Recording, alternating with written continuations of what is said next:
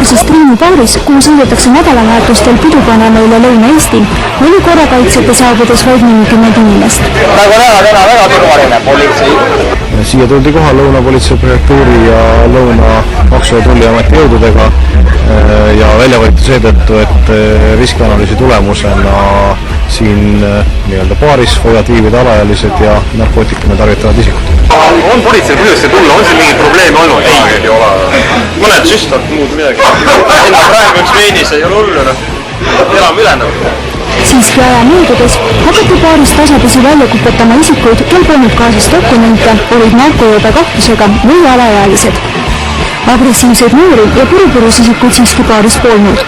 Võib-olla oli see tingitud ka sellest, et pidu oli alles noor, kuna kell oli tiksunud vaevalt üle südaöö. Mis siis ära tehti sinuga? Midagi ei tehtud erilist. Vaadati ainult dokumenti ja lasti minema. No, me narkokullu. See ei ole normaalne, kõigepealt korraga. Ja vanemalt on hea olla. Kuhu sa lähed? See on kõige parem asja juures. Noh?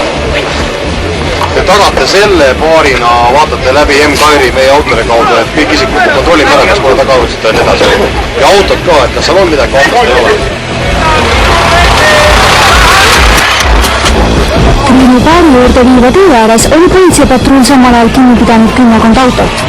Kui baaris olid kõik inimesed läbi kontrollitud, lasti autodel baari ette sõita, sest uute piduliste seas rikkujaid polnud. Operatsiooniga jäin rahule, sellepärast et rikkumisi olulisi eriti ei avastatud. Tuvastasime siis 2 joobes alaealist ja 4 isikut on viidud Lõuna-Eesti haiglasse ekspertiisi. Selles osas läks tollioperatsioon hästi, et ei avastanud salaalkoholi ja salasigarette. Küll oli mõningaid väiksemaid eksimusi. Näiteks millised? Puudusid nõuetekohased saatedokumendid, mis peavad olema müügikohas.